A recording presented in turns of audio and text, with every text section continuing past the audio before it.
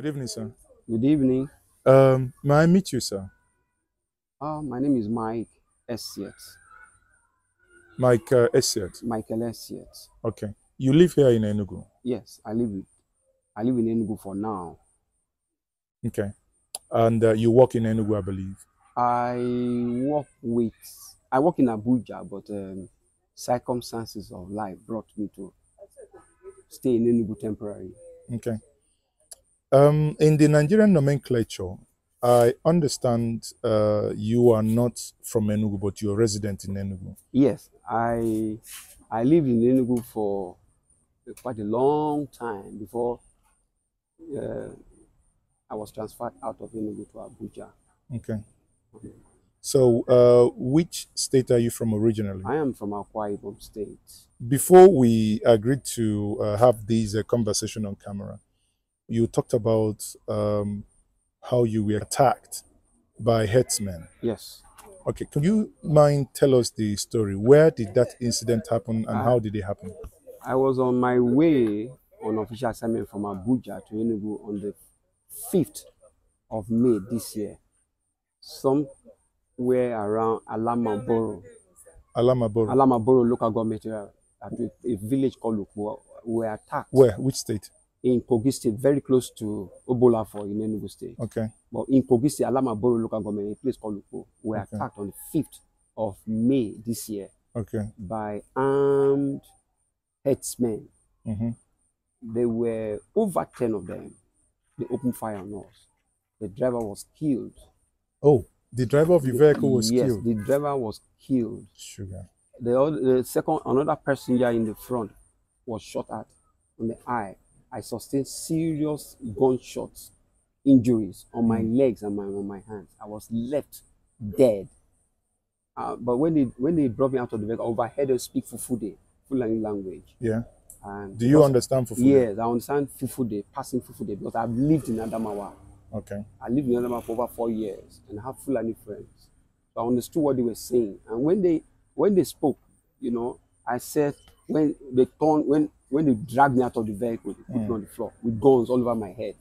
Over 10 AK-47 guns over my head. And they spoke their language and I could understand. All I could say was, "Dan Fulani, da Allah. Dan Fulani, Dan Fulani." You were telling them? Yes. Okay. Dan Fulani, da Allah. Yakuri, da Allah. They now said, their leader now said, one of them now said, "Where are you from?" I now said, "Adamawa." And when I said Adamawa, I said, Dana Rewani. That is, I'm their brother. I'm their brother.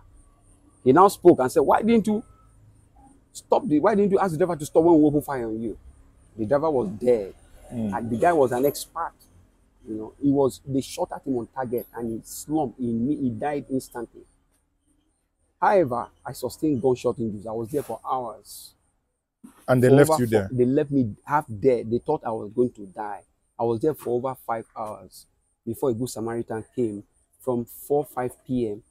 A good Samaritan rescued me around 11 p.m. at night and took me to a nearby hospital where they rejected me. They refused to admit me to the hospital because I didn't have a police report. The armed robbery, armed attack, no police report. They refused to, until we got in touch with the police, who now, you know, got a police report with which I was admitted. So you were shot in the leg and you were bleeding? 2 legs. I was shot on in your left, 2 legs? Yes, left and right leg, and on my hand. I bled seriously. The next day, I was taken to Enugu, to orthopedic hospital, where I was admitted and treated. Wow.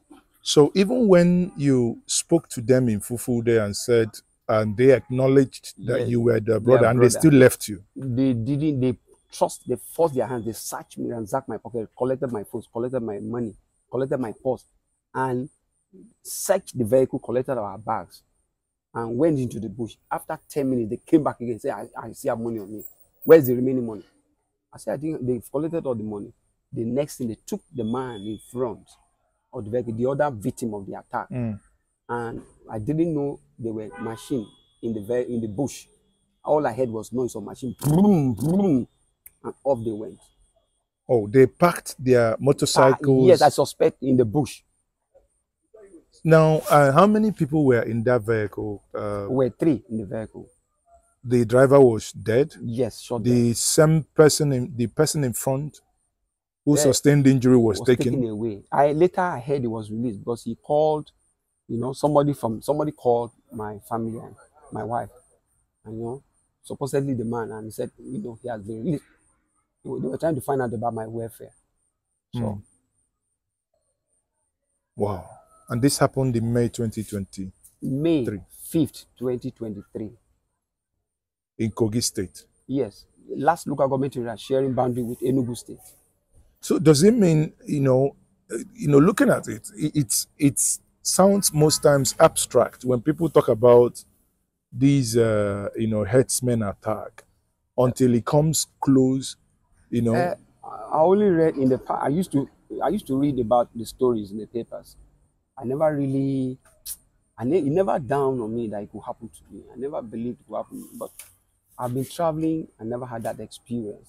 I lived in North for quite some time and understand partial Fufude language and Hausa language until it happened to me. And I don't pray it happened to any of my worst enemy. I don't pray they encounter what I encountered. That it was like we're in the war front. The bullets were too much. So the stopping of that vehicle was with bullets? Yes. Or temporarily, vehicles coming behind stopped. They were no longer coming with the gunshots. So you guys were the only vehicle that ran into them? Yes, we ran into them. We were trapped. They were in front, they were behind us, they were in the middle. So there was no escape. Wow. One of my elder brother once had such ordeal, but that was at the Beni bypass. Exactly the way you spoke about it now.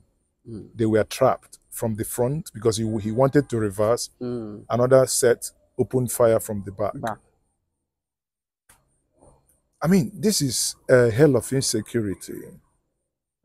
Do you think that the government is doing enough to stop this mess? No, I want to believe the government is doing enough. And but the community is a joint effort. We need the government. Right, the government is doing their part. We, the people, the locals, the communities. There has to be. Everybody has to cooperate, collaborate, and give information. When you have strangers, stroll into your community, we have to be security conscious and alert the security agencies. And of course, we need more of the SSS. We need them in rural areas. We need information. We need to sieve information here and there. And perhaps we need to introduce forest guards.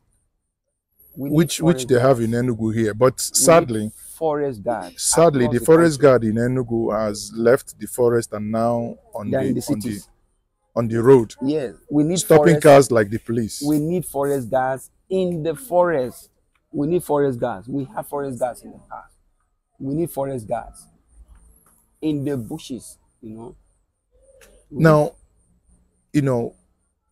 since the incident, you said that they spoke Fufude. Yes. And they were herdsmen. Yes. How do you know that they were okay? Yeah. When they speak Fufude language, which I have lived in Adamawa for over 4 years. And I understand Fulani a little. So when you speak Fufude, I know it. I know Hausa. And I know the difference with Fufude. I understand Fufude. And when you say Jam Mandu and Waru Jam, Kuga Jam, I understand Fufude. I lived there for 4 years. I live with them. I have them as colleagues. So I understand Fufude. I know the difference between Fufude and Hausa language. Has that experience in any way, shape, or form, kind of brought any form of resentment that has to do with the ethnicity of those who attacked you? No. You see, the Fulani people I know over the years, I grew up with them. Even as children in Lagos, in the barracks, I grew up with some Fulanis. The Fulanis are lovely people. They're lovely people. But you see, the influx of foreign Fulanis, influx of, across borders from other parts of Africa, that's where we began to have problem in Nigeria. Our problem is not with the local Fulanis, the ones we grew up with, not the Fulanis in Nigeria. The Fulanis who are strangers, who are who daily, enter our country through our borders. They are the problem we have in Nigeria. Not the Fulanis in Nigeria. The Fulani were strangers. And it appears because of West African protocol. Well, I think beyond West African protocol, I think under the former president, it appears that they had a field day in moving around within the ECOWAS sub-region. Would you agree with that?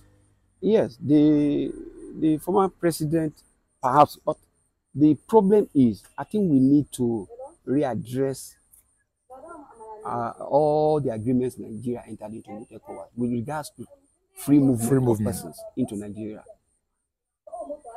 We need to go back and readdress that because of the security challenges we are having. Not only in Nigeria, even from Mali, from Senegal to Nigeria, we have issues of security threats because of ECOWAS protocol.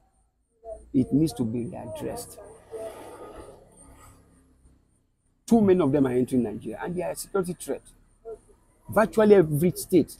Those are the ones we're reporting this because we are involved. There are so many others that are not reported, who are not privileged. The dead don't stop. The people who have been killed don't talk. They don't have the privilege of addressing the media. I am only privileged to meet a media person. So now it's, since the advent of this new administration, the cry and the reports about herdsmen crisis appears to have gone down. Gone down, yes. Do you think it's a media magic or that the crimes have gone down? No. Perhaps some of them have moved out. And I won't want to delve into politics of the present administration. But I know they are on their toes. The security agencies are doing their best. I want to believe they are doing their best. It has nothing to do with this current administration. Perhaps, I don't know. I don't know, but I think this current administration, I think we've not had, but there's still more. We have stories in the north, kidnapping here and there in the far north. But here in Kogi, very close to Enugu State, is what borders us. I'd left Abuja. I'd crossed virtually, I was almost in Enugu State when this incident occurred.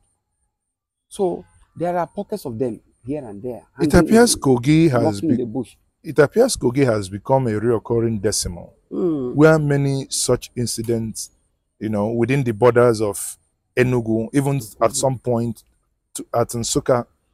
Last 2 months, we had incidents at Enugu Four Corners. Okay. But with the current activities of the state government, it appears there has been a pushback. Do you think that is the case? I don't know much about the activities of the government, security-wise. I think there's a lot. The government, I think they all need to buckle up. Both Kogi, the governors need to really sit up, engage experienced, retired military personnel. I think the government, both Enugu, Kogi, and all the state governments need to sit up on security. That's what I believe. Thank you very much for speaking to us and telling us your story. Thank you, sir. You're welcome, sir. Thank you very much. It's my pleasure. You're welcome, sir. Yes, sir.